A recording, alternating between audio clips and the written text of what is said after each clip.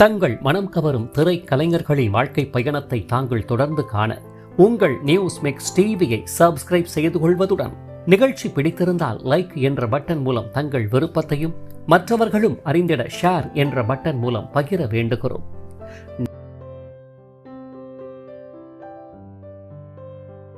News mix TV தங்கள் அனைவரையும் அன்புடன் வரவேற்கிறது. ராஜேஷ் நெடிந்த உயரம் இல்லை எனினும் உயரத்திற்கு ஏற்ப பூசினார் போன்ற உடல்வாகும் நீள்வட்ட வடிவ அழகிய முகத்தில் நவரசங்களையும் வெளிப்படுத்தும் சற்று அகன்ற விழிகளையும் வசீகரமான சிரிப்பழகையும் அச்சரம் பிசகாத தெள்ள தெளிவான உச்சரிப்புகளை கொண்ட பிரத்யேக குரல் வளத்தையும் தன்னகத்தே உடைய தோற்றக்காரணிகளை கொண்டவர். எழுத்தாளர், படைப்பாளி, ஆசிரியர், நடிகர், பின்னணி குரல் கலைஞர் மற்றும் ஜோதிட கலை நிபுணர் என பன்முக திறன்களையும் ஒருங்கே பெற்ற சாதனையாளர். பட்டு வண்ண ரோசாவா, பார்த்த கண்ணு மூடாதா மற்றும் ஆவாரம் பூவு, 6-7 நாளா உள்ளிட்ட பாடல்களை இன்று நினைத்தாலும் மனக்கண்ணில் தோன்றிவிட்டு மறைபவர். திரை உலகில் எவ்வித தீய பழக்கத்திற்கும் தன்னை ஆளாக்கிக் கொள்ளாது உண்மையை மட்டும் என்றும் பேசிடும் கொள்கை உடைய நேர்மையாளர். மக்கள் திலகம் எம்ஜிஆர், நடிகர் திலகம் சிவாஜி கணேசனின் பேரன்பிற்கு பாத்திரமானவர். எண்ணற்ற சாதனைகளுக்குரிய விருதுகளை வென்றவர். இப்பேற்பட்ட பெரும் சிறப்புக்குரியவரும் தற்போது திரை உலகை மட்டுமின்றி அவரை நேசித்த எண்ணிலடங்கா ரசிகர்களையும் மீளா துயரில் ஆழ்த்திவிட்டு மறைந்து போன ராஜேஷ் அவர்கள் எங்கு பிறந்தார், எவ்வாறு வளர்ந்தார், கல்வியின் பின்புலம் உள்ள குடும்பத்தில் பிறந்தவர் எப்படி கலைத்துறையில் கால் பதித்தார், முத்திரை பதித்த திரைப்படங்கள் யாவை, எழுதிய புத்தகங்கள் என்னென்ன, யாரால் ரியல் எஸ்டேட் துறையில் கால் பதித்தார், ஆசிரியராக பணிபுரிந்த சூழல் யாது, யாரை மனம் புரிந்து கொண்டார், மனைவியை இழந்த பரிதாபகரமான நிலை, பிள்ளைகள் எத்தனை பேர், அவர்கள் என்ன செய்து கொண்டிருக்கிறார்கள், எதனால் எப்படி மறைந்தார் என தொடர் கேள்விகளுக்கு விடையளிக்கும் அவர்தம் நினைவலைகள் போற்றும் சிறப்பு வாழ்க்கை பயணத்தை தற்போது காண்போம். 1949 ஆண்டு டிசம்பர் மாதம் 20ஆம் தேதியன்று தற்போதைய திருவாரூர் மாவட்டம் மன்னார்குடியில் உள்ள மேலநத்தம் என்ற ஊரை பூர்வீகமாக கொண்ட கிறிஸ்தவ குடும்பத்தைச் சேர்ந்த வில்லியம்ஸ் மற்றும் லில்லி கிரேஸ் தம்பதியருக்கு பிறந்த செல்ல மகன்தான் ஸ்வாட்ஸ் வில்லியம்ஸ் எனும் இயற்பெயருடைய ராஜேஷ் ஆவார். தந்தையானவர் அரசு துறையில் கிளர்க் பணியினையும் தாயாரானவர் ஆசிரியையாகவும் பணிபுரிந்தவர்களும் கூட. இவ்வாறு கல்வியின் பின்புலமும் பொறுப்புகளும் மிக்க குடும்பத்தில் பிறந்தவரான ராஜேஷ் அவர்கள் தனது பள்ளி படிப்பை சொந்த ஊரிலேயே தாயார் பணிபுரிந்த பள்ளியில் இனிதே ஆரம்பித்தார். இயற்கையிலேயே கலைஞானம் கொண்டவரான சிறுவன் ராஜேஷ் அவர்கள் பள்ளியில் நடைபெறும் ஆடல் பாடல் கலை நிகழ்ச்சிகளில் தன்னை இணைத்துக் கொண்டு வளர ஆரம்பித்தார். இவ்வாறு கலையின் பால் ஈர்க்கப்பட்டு வளர ஆரம்பித்தவர் 3வது வகுப்பு படிக்கும் காலத்தில் பள்ளி நாடகம் ஒன்றில் நடித்த போது முதல் பரிசை எதிர்பார்த்தவருக்கு அதற்கு மாறாக 2ஆம் பரிசை கிடைத்தது.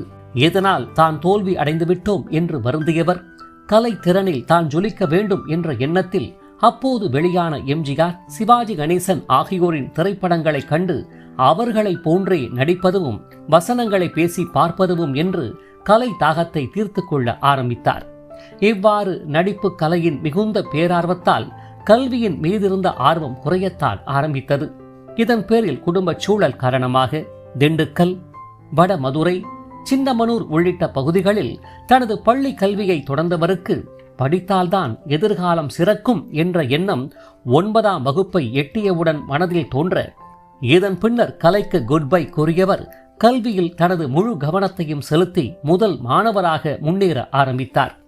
இதையடுத்து தனது PUC கல்வியை காரைக்குடி அழகப்பா கல்லூரியில் வெற்றிகரமாக முடித்தவர் சென்னை பச்சையப்பன் கல்லூரியில் இன்டர்மீடியட் படிப்பை தொடர்ந்து இளங்கலை பட்ட படிப்பை எட்ட நினைத்த சூழலில் அதற்கான வாய்ப்புகள் அமையாமல் தான் போனது. இதன் பின்னர் தாயாரின் அறிவுரையின்படி டீச்சர் ட்ரைனிங் எனும் ஆசிரியர் பயிற்சியை முடித்து சென்னை ராயபுரம் பகுதியில் உள்ள கிறிஸ்தவ பள்ளியில் 4 மாத காலம் ஆசிரியராக பணிபுரிந்து வந்த ராஜேஷ் அவர்கள் இதையடுத்து செயின்ட் பால்ஸ் பள்ளியிலும் 4 மாதமாகவே பணியினை தொடர்ந்தார். திருவல்லிக்கேணியில் உள்ள கெலட் உயர்நிலை பள்ளியில் சுமார் 7 வருட காலம் ஒரு நாள் கூட விடுமுறை எடுக்காது அப்பணியில் வெற்றிகரமாக தொடர்ந்தவர்.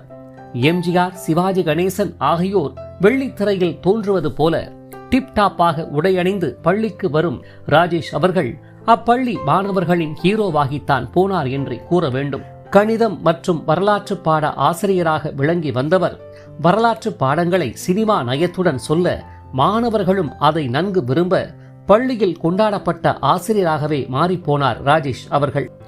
இவ்வாறு மாணவர்களுக்கு பாடங்களை போதிக்கும் ஆசிரியராக சிறப்புடன் விளங்கி வந்த ராஜேஷ் அவர்களுக்கு கலை கனலானது மீண்டும் மனதினுள் உருவெடுக்கத்தான் ஆரம்பித்தது. அதுவும் எவ்வாறெனில், ராஜேஷ் அவர்களின் சொந்த அத்தை மகன்தான் உதிரி பூக்கள் மற்றும் முள்ளும் மலரும் உள்ளிட்ட ஹிட் திரைப்படங்களை இயக்கிய இயக்குனர் மகேந்திரன் ஆவார். இதன் பேரில் மாலை மற்றும் ஓய்வு நேரங்களில் மகேந்திரனுடன் இணைந்து கதை விவாதங்களில் ஈடுபட்டு வந்த ராஜேஷ் அவர்களுக்கு எப்படியாவது திரைத்துறையில் கால் பதிக்க வேண்டும் என்ற ஆசை உண்டானதில் ஆச்சரியம் இல்லைதான்.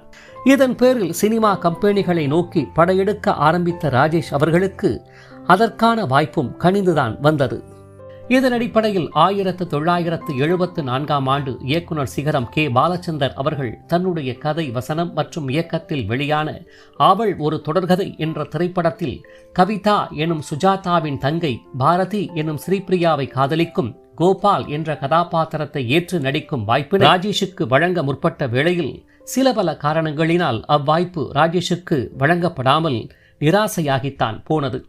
பின்னர் அவ்வேடத்தை ஏற்று கமலஹாசன் நடித்தார். இல்லையெனில் கடவுள் அமைத்து வைத்த மேடை என்ற பிரபல பாடலை பாடி ரசிகர்கள் மனதில் எவர் கிரீன் நாயகராக அப்போதே நிலைபெற்றுதான் போயிருப்பார் ராஜேஷ் அவர்கள். இதையடுத்து நடிப்பு கனவு காணல் நீராகி போன பெரும் வருத்தத்தில் ஆளான ராஜேஷ் அவர்கள் இனிமேல் நடிப்பே வேண்டாம் என முடிவு செய்தவராக தனது அத்தை மகன் மகேந்திரனைப் போல இயக்குனராகிவிட வேண்டும் என்ற எண்ணத்தில் அதற்கான பணிகளில் ஈடுபட்டு வந்த போதுதான் மீண்டும் நடிப்பிற்கான வாய்ப்பு சிவாஜி கணேசனின் ரசிகர் ராஜேஷ் என்ற அடிப்படையில் தேடி வந்தது.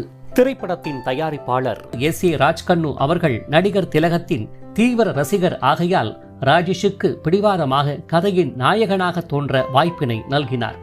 இதன் பேரில் 1979 ஸ்ரீ அம்மன் கிரியேஷன்ஸ் தயாரிப்பில் கே. பாக்கியராஜ் கதைவசனம் மற்றும் வில்லத்தன நடிப்பில் B.V. பாலகுரு இயக்கத்தில் வெளியான கன்னி பருவத்திலே என்ற திரைப்படத்தின் வாயிலாக தமிழ் திரை உலகில் முதலில் அறிமுகமானார் ராஜேஷ் அவர்கள்.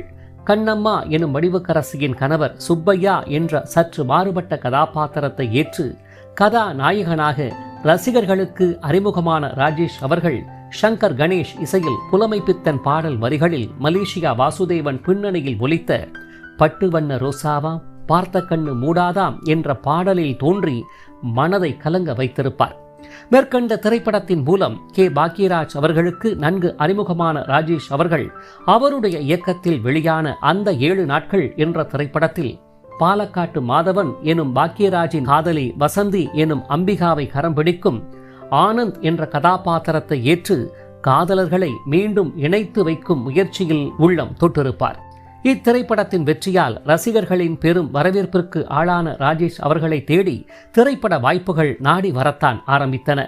இதன் பேரில் ஒருத்தி மட்டும் கரையினிலே, மயில், வெளிச்சத்துக்கு வாங்க, தேவியின் திருவிளையாடல், ஆனல் காற்று, தாய் வீடு என தொடர் திரைப்படங்களில் நாயகன், இரண்டாம் நாயகன் என தோன்றி வந்தவரை மீண்டும் புகழின் உச்சாணி கொம்பில் அமர்த்திய திரைப்படம்தான் அச்சமில்லை அச்சமில்லை என்ற திரைப்படமாகும்.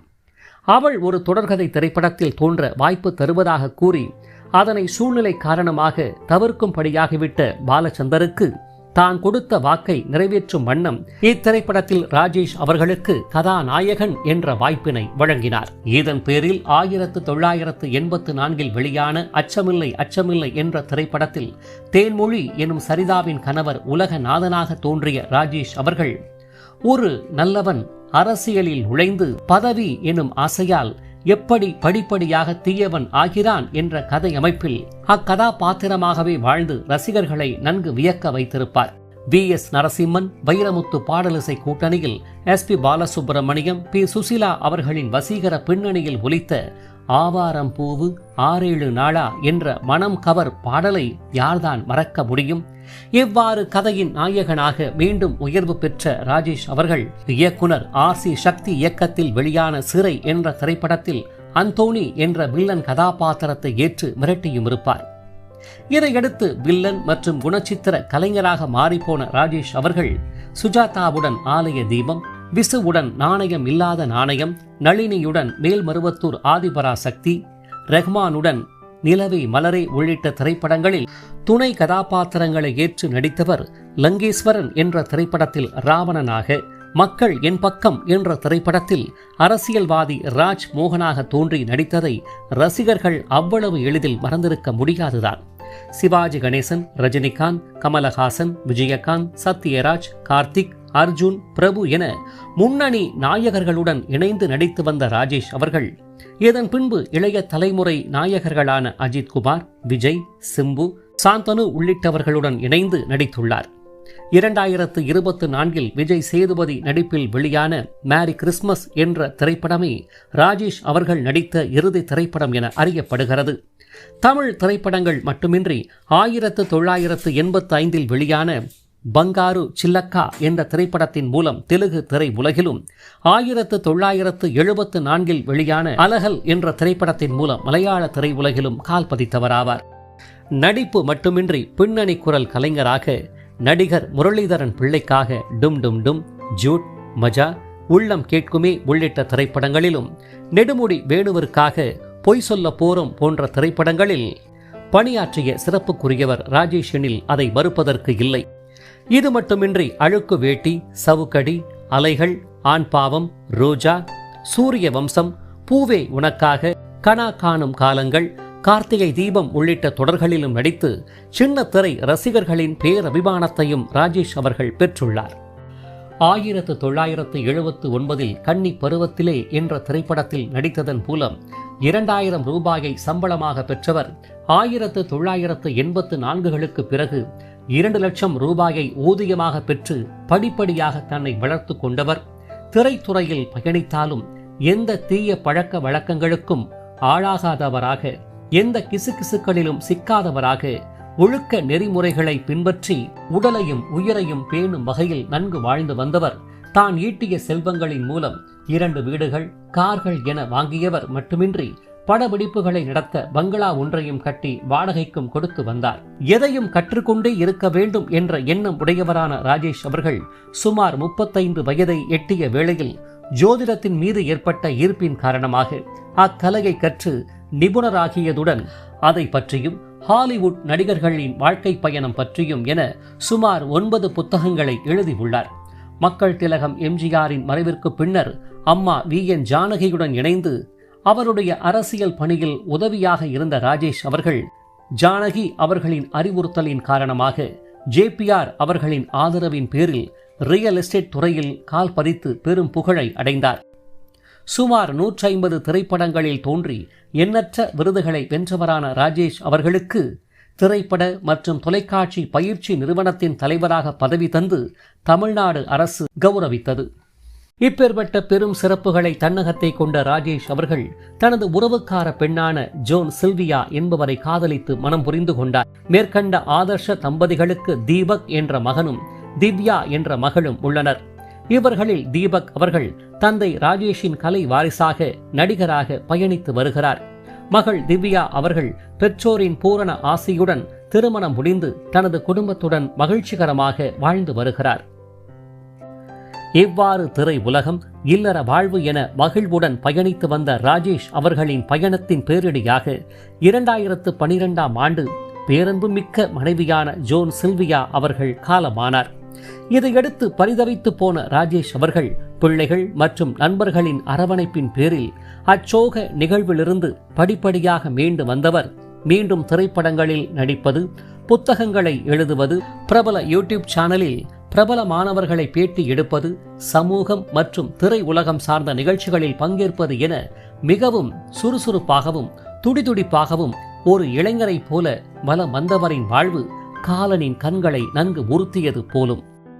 75 வயதுக்கு மேல் வாழ்வது கடினம் என்றும் மருத்துவமனைக்கு செல்லாமலேயே என் காலம் முடிய வேண்டும் என நண்பர்களிடம் ராஜேஷ் அவர்கள் கூறியதைப் போலவே 2025ஆம் ஆண்டு மே மாதம் 29ஆம் தேதி யாரும் எதிர்பாராத வண்ணமாக ராஜேஷ் அவர்களுக்கு ஏற்பட்ட திடீர் மாரடைப்பு காரணமாக மருத்துவமனைக்கு கொண்டு செல்லும் வழியில் தனது 75ஆம் வயதில் இப்புவி உலக வாழ்விலிருந்து முற்றிலும் விடைபெற்றார் பன்முக நாயகர் ராஜேஷ் அவர்கள்.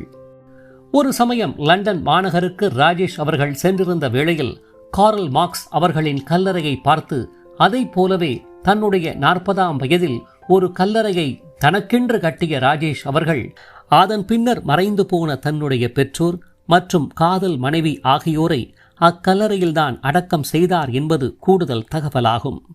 இவ்வாறு தனது தேர்ந்த நடிப்பாலும் பன்முக திறத்தாலும் ரசிகர்களின் மனங்களில் நீங்கா இடம் பிடித்து உடலளவில் மறைந்தாலும் நினைவலைகளில் இன்றும் வாழ்ந்து வரும் ராஜேஷ் அவர்களின் நினைவலைகளானது என்றென்றும் மறையாமல் கலை பயணம் இப்புவி உலகில் உள்ளவரை அவருடைய புகழை பறைசாற்றிக் கொண்டே இருக்கும் என்றால் அது மிகையாகாது. இவரை போன்ற திரை உலகின் மறக்க முடியாத நாயகர்களான இளமை எனும் பூங்காற்று திரைப்பாடல் புகழ் ஹிட் நாயகரும், சுமித்ராவின் முன்னாள் கணவரும், சீரியல் புகழ் தந்தை நாயகரும், காலத்தின் ஓட்டத்தால் மறைந்து போனவருமான ரவிக்குமார் அவர்களின் வாழ்க்கை பயணத்தை மேலே தோன்றும் இணைப்பின் மூலமாகவும், செந்தாழம் பூவில் வந்தாடும் தென்றல் என்ற ஹிட் பாடலின் எவர் கிரீன் நாயகரும், எம்என் நம்பியாரின் மருமகனும், வெள்ளித்திரை சின்ன திரையில் புகழ்கொடி நாட்டியவரும், காலச்சூழலால் மறைந்து போனவருமான சரத் பாபு அவர்களின் வாழ்க்கை பயணத்தை மேலே தோன்றும் இணைப்பின் மூலமாகவும், குடும்ப கதைகளின் மன்னர் விசுவின் பாச தம்பியும், மணல் கயிறு, சம்சாரம் அது மின்சாரம் திரைப்புகழ் நாயகரும், வாழும் வயதில் காலத்தின் கொடுமையால் மரணித்து போனவருமான கிஷ்மு அவர்களின் வாழ்க்கை பயணத்தை மேலே தோன்றும் இணைப்பின் மூலமாக மட்டுமல்லாது, தாங்கள் பார்த்து கொண்டிருக்கும் வீடியோவின் கீழே காணப்படும் டிஸ்கிரிப்ஷன் பகுதியில் பிரத்யேகமாக வழங்கப்பட்டுள்ள இணைப்புகள் வாயிலாக மேற்கண்ட எவர் கிரீன் கலை நாயகர்களின் அரிய தகவல்கள் மற்றும் குடும்ப புகைப்படங்கள் அடங்கிய சிறப்பு வாழ்க்கை பயணத்தை தாங்கள் அனைவரும் முழுமையாக அறிந்து கொள்ளலாம்.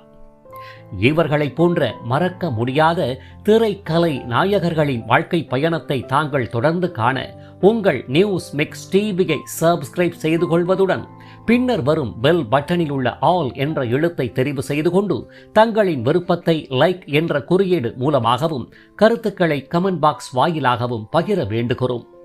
காத்திருங்கள் மற்றும் ஒரு வாழ்க்கை பயணத்திற்கு. அதுவரை இணைந்திருங்கள் உங்கள் நியூஸ் மிக்ஸ் டிவியுடன். நன்றி.